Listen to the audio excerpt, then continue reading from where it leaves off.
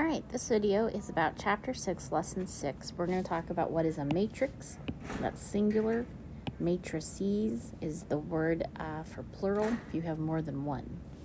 So in this word problem, they've given us a whole bunch of numbers, and they created it into a little table or a chart. And we're used to seeing it in a table or a chart that looks like that. To make it into a matrix, it's just taking those same numbers, so 10, 8, 8, and 10, and writing them 10, 8, 8, and 10 inside of brackets. That's really all the difference is. The table had lines and separating in little boxes. Down here there's no lines and boxes, but there's brackets. Most of the time you don't see words on the outside of the matrix, but you could. So they're very similar. It's just a different way of looking at it, different way of organizing your data. Let's talk about the size of this. The size would be called a 3 by 4 because there are 3 rows going sideways, and 4 columns. Columns are up and down. So the size of this matrix is a 3 by 4 matrix. If we wanted to talk about a certain number, let's say we want to talk about this 8, that 8 is in row 3, column 1. Okay, here's 2 more.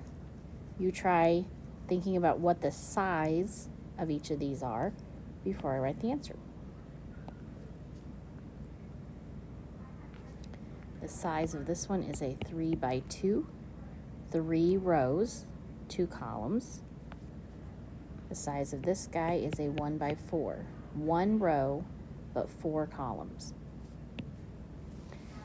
All right, I'm going to give you 2 matrices, matrix A and matrix B. And we are able, as long as the sizes are the same, so this is a 2 by 3, this is also a 2 by 3. If they are the same size, we can add or subtract them. So let's do matrix A plus matrix B.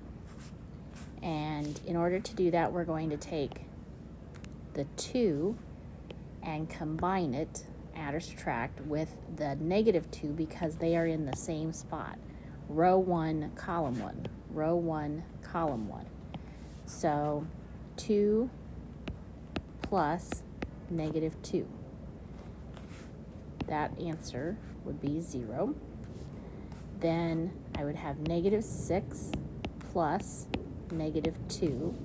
If I move to the next numbers, and I could go down, it doesn't really matter, I'm just decided to go sideways. Negative 6 minus 2 is a negative 8. Okay, and then if I go to these matching numbers, I've got 4 plus 6, so that answer is 10. These are in matching locations. 3 plus 4 is 7. These are in matching locations. 9 plus 9 is 18. And finally, these are in matching locations. Negative 1 plus 10 is not negative 9, positive 9, positive 9, positive 9. And I include brackets, and I'm done. So I have successfully added A plus B.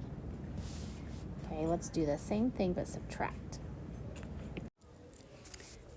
So if I take those white numbers again, 2 and negative 2, and I put a minus sign in the middle, 2 minus negative 2 is positive 4. Now, you don't have to do all this scratch work off to the side if you want to do mental math. Me personally, I like writing it down because then I can see that I have 2 minus signs touching. Here I could see that I had a plus and a minus touching. So I like to write it down, but if you want to just do mental math, no problem. All right, let's do the negative 6 and the negative 2. Negative 6 minus negative 2 is really a plus sign here. I get negative 4. The red ones that I circled, 4 minus 6 is negative 2. 3 minus 4 is negative 1. Now see, I didn't do scratch work because that one seemed easy to do in my head. 9 minus 9 is 0. Negative 1 minus 10 is negative 11. So this matrix is the answer to the addition. This matrix is the answer if I subtract.